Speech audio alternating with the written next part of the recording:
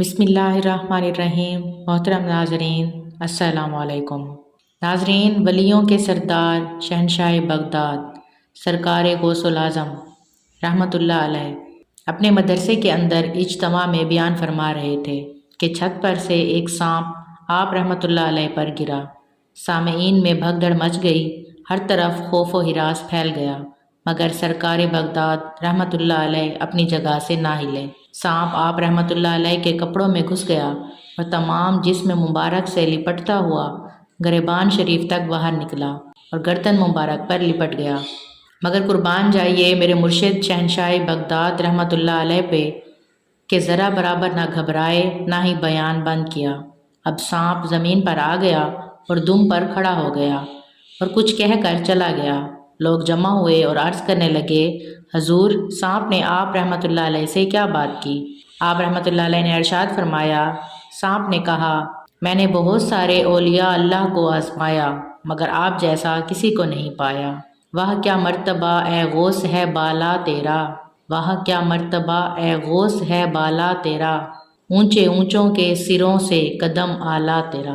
ناظرین، وہ کوئی عام سانپ نہیں بلکہ سانپ نما جن تھا جس نے ہمارے غوث اعظم رحمۃ اللہ علیہ کا امتحان لینے کی کوشش کی تھی، اور الحمدللہ آپ رحمۃ اللہ علیہ ثابت قدم رہے۔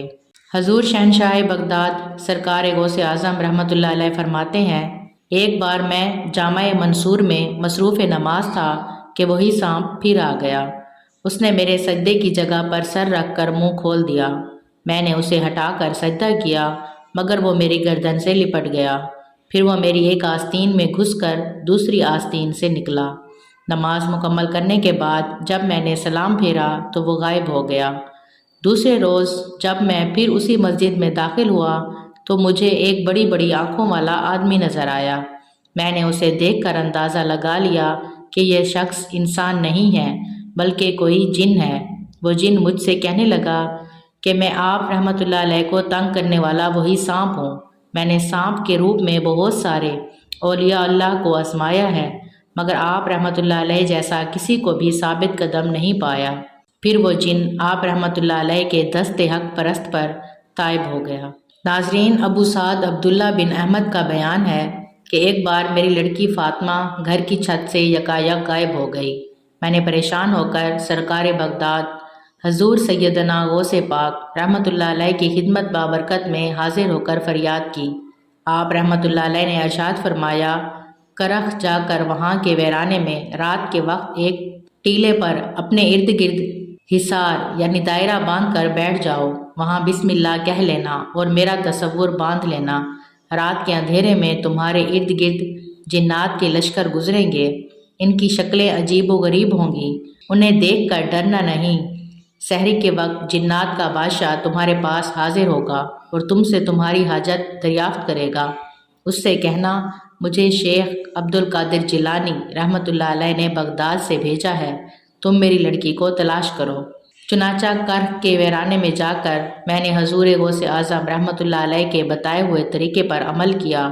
رات کے سناٹے میں خوفناک جنات میرے حصار کے باہر گزرتے رہے۔ جنات کی شکلیں اس قدر ہیبت ناک تھیں کہ مجھ سے دیکھی نہ جاتی تھیں۔ سحری کے وقت جنات کا بادشاہ گھوڑے پر سوار آیا، اس کے ارد گرد بھی جنات کا ہجوم تھا۔ حصار کے باہر ہی سے اس نے میری حاجت دریافت کی۔ میں نے بتایا کہ مجھے حضور غوث اعظم رحمۃ اللہ علیہ نے بھیجا ہے۔ اتنا سننا تھا کہ ایک دم وہ گھوڑے سے اتر آیا اور زمین پر بیٹھ گیا۔ دوسرے سارے جن بھی دائرے کے باہر بیٹھ گئے۔ میں نے اپنی لڑکی کی گمشدگی کا واقعہ سنایا۔ اس نے تمام جنات نے اعلان کیا کہ لڑکی کو کون لے گیا ہے۔ چند ہی لمحوں میں جنات نے ایک جن کو پکڑ کر بطور مجرم حاضر کر دیا۔ جنات کے بادشاہ نے اس سے پوچھا، قطب وقت حضرت غوث اعظم رحمۃ اللہ علیہ کے شہر سے تم نے لڑکی کیوں اٹھائی؟ وہ کانپتے ہوئے بولا، علی جا، میں دیکھتے ہی اس پر عاشق ہو گیا تھا۔ بادشاہ نے اس جن کی گردن اڑانے کا حکم صادر کیا اور میری پیاری بیٹی میرے سپرد کر دی۔ میں نے جنات کے بادشاہ کا شکریہ ادا کرتے ہوئے کہا، ماشاء اللہ، آپ سیدنا غوث اعظم رحمۃ اللہ علیہ کے بے حد چاہنے والے ہیں۔ اس پر وہ بولا، بے شک، جب حضور غوث اعظم رحمۃ اللہ علیہ ہماری طرف نظر فرماتے ہیں تو جنات تھر تھر کانپنے لگتے ہیں۔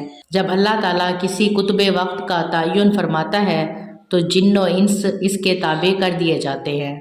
تھر تھراتے ہیں سبھی جنات تیرے نام سے، تھر تھراتے ہیں سبھی جنات تیرے نام سے، ہے تیرا وہ دبدبا یا غوث اعظم دستگیر۔